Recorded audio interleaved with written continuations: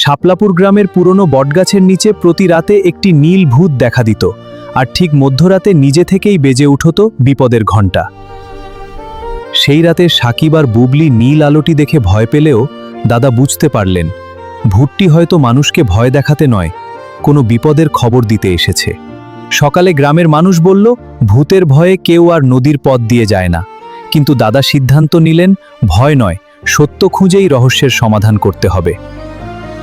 বটগাছের শেকড়ের নিচে দাদা এমন একটি পুরনো চিহ্ন পেলেন, যা বহু বছর আগে গ্রামের নদী পাহারা দেওয়া এক প্রহরীর স্মৃতিচিহ্ন ছিল। দাদা মনে করলেন বহু বছর আগে হরণ নামের এক প্রহরী নীল বাতি হাতে এই ঘণ্টা বাজিয়ে বনজার আগে সবাইকে সতর্ক করেছিল। তারপর এক ঝড়ের রাতে সে হারিয়ে যায়। সন্ধ্যা নামার আগেই সাকিব, বুবলি আর দাদা প্রয়োজনীয় জিনিস নিয়ে বেরিয়ে পড়ল। তাদের লক্ষ্য ছিল ভূত ধরা নয়, ভূতটি কি বলতে চায় তা বোঝা। ভূতটি কাছে এসেও কাউকে আক্রমণ করল না।